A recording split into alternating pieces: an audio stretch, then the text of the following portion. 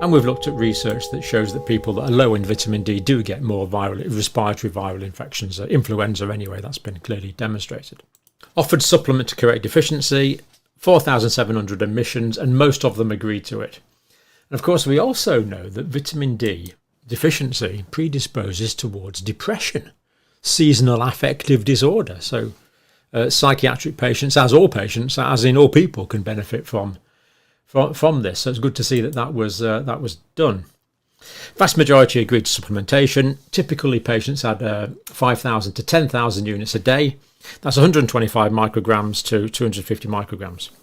And remember, the UK government guideline, I think, is it 400 a day now? It just makes it look completely laughable. And now some patients, due to disease concerns, were given 20,000 to 50,000 units a day. That's 500 micrograms to 1.25 milligrams, 1,250 micrograms. So really quite high daily doses to try and treat particular diseases such as psoriasis and rheumatoid arthritis, I think. No cases of vitamin D induced hypercalcemia.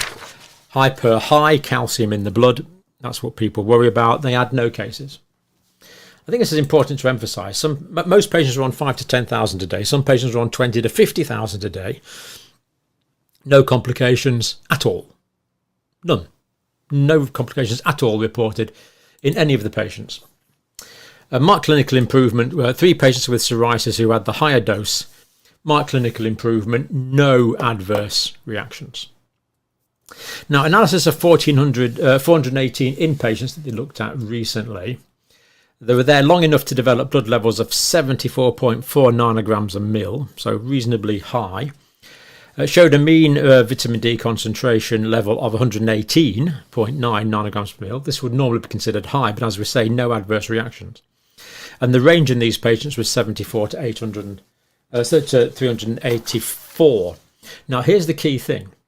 In these patients who had such high levels of vitamin D, the blood calcium, the mean was 9.6 milligrams per deciliter. And the range is the range went from 8.6 to 10.7, and the normal range is normally 8.5 to 10.5. So this is quite acceptable. Now, you do see variations in range a bit. I take my normal ranges from Davidson's Principle and Practice of Medicine, so I think we can be fairly sure that is the accurate normal range. So basically, we can say this is essentially within range, certainly not high enough to cause any problems. Now, they also took a comparator group over the years of people that didn't take vitamin D.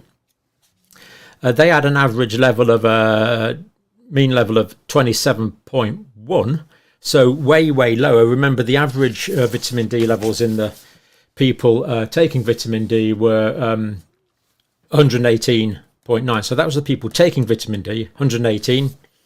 The people not taking vitamin D, it was 27.1, so way lower.